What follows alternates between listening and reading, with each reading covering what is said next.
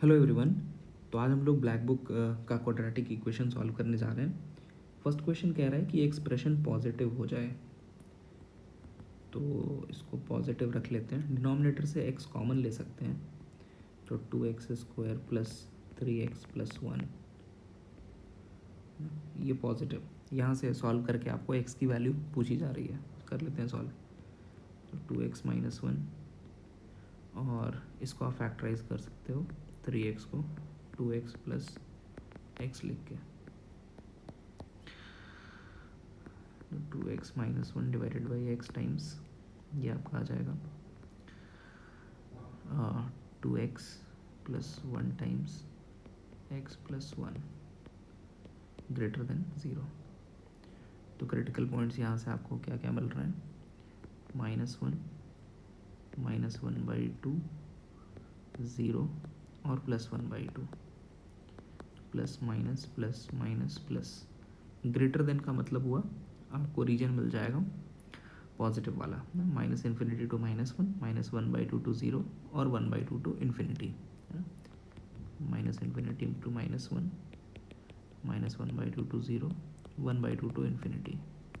Options देखेंगे तो first option कह रहा है -∞ टू -3/2। ये -3/2 पता है किधर है, -3/2 समवेयर यहाँ पे होगा, है ना, -1.5। तो सही हो जाएगा, पहला ऑप्शन बिल्कुल सही है। ऑप्शन बी की बात करें तो कह रहा है -3/2 से लेके -1/2 तक जाएगा। नहीं भाई, -3/2 से -1/2 नहीं जा सकता है। नेक्स्ट थर्ड ऑप्शन कह रहा है -1/2 से 0, बिल्कुल सही बात है, ये -1/2 से 0 है अपने पास। और फोर्थ ऑप्शन 1/2 से 2, तो 1/2 से 2 इधर कहीं होगा, है ना, तो 1/2 से 2 बिल्कुल सही है, चलेगा। तो ऑप्शन डी सही है। फाइनल आंसर इसका ए, सी और डी बनेगा। चलिए सेकंड क्वेश्चन पर आते हैं। क्वेश्चन 2 कह रहा है कि if this expression is greater than 0 for at least 1 x greater than 0, तो आपसे k की वैल्यू पूछी जा रही है। तो ये सवाल कहना ये चाह रहा है कि ये पूरी चीज़ें जो हैं वो ग्रेटर देन 0 आएंगी, लेकिन कब आएंगी, कम से कम एक x पॉजिटिव के लिए आएंगी, तो k का क्या वैल्यू होगा ये मांगा गया है। चलो देखते हैं। तो ऐसा करते हैं कि k को एक बार पॉजिटिव नेगेटिव 0 रख के देख लेते हैं। तो केस 1,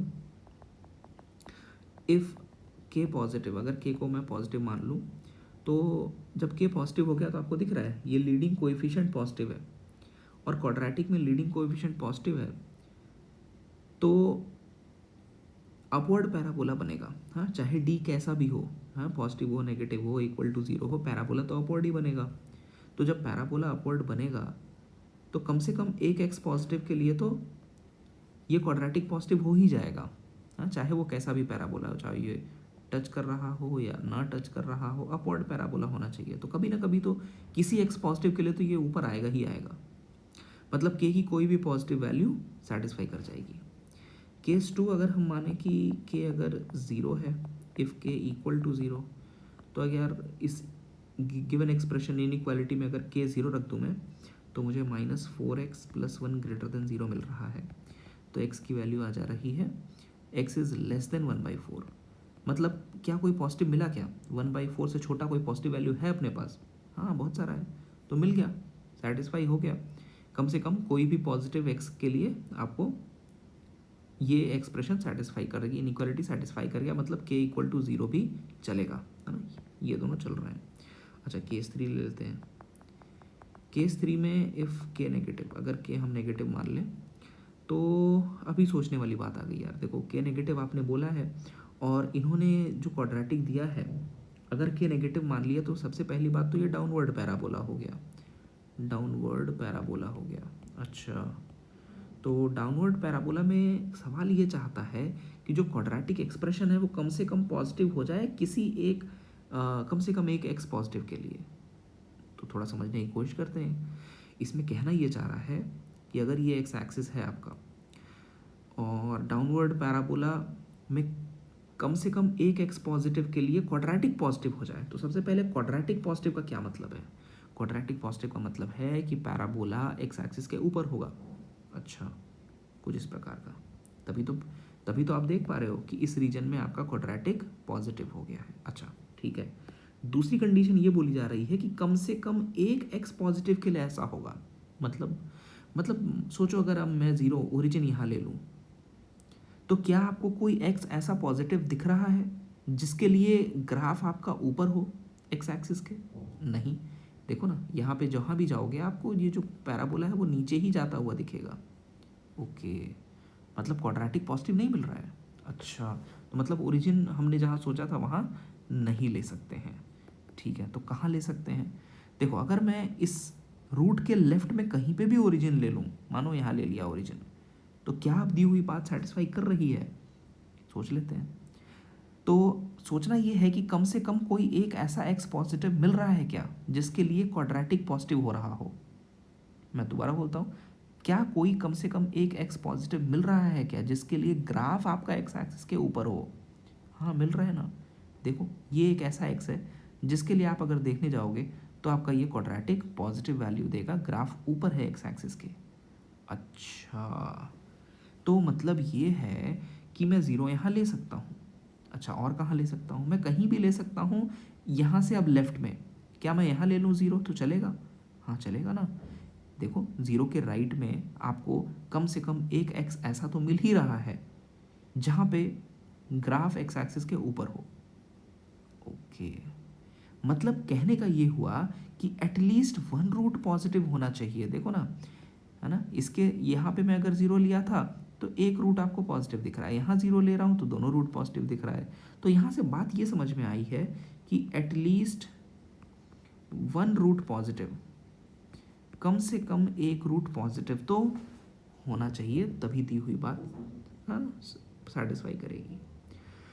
ओके, एक और ऑब्जर्वेशन, दिए हुए जो क्वाड्रेटिक है उसको आप ध्यान से देखोगे तो सम ऑफ रूट्स जरा निकालना। सम ऑफ रूट्स, तो सम ऑफ रूट्स आ रहा है माइनस बी बाई ए, तो वो 4/k है ना। और इस केस में हमने कैसा माना हुआ है? नेगेटिव माना हुआ है। तो भाई अगर k नेगेटिव है तो 4/k वैल्यू होगा कैसा? नेगेटिव होगा क्या? हाँ, सम ऑफ रूट्स नेगेटिव आ रहा है और कम से कम एक रूट आप कह रहे हो कि पॉजिटिव होना चाहिए। इसका मतलब क्या हुआ? इसका मतलब हुआ कि एक रूट नेगेटिव है ना, तभी तो सम करने से नेगेटिव होगा। ओके, तो ये बात ऐसी नहीं हो गई कि एक रूट पॉजिटिव है और एक रूट नेगेटिव है।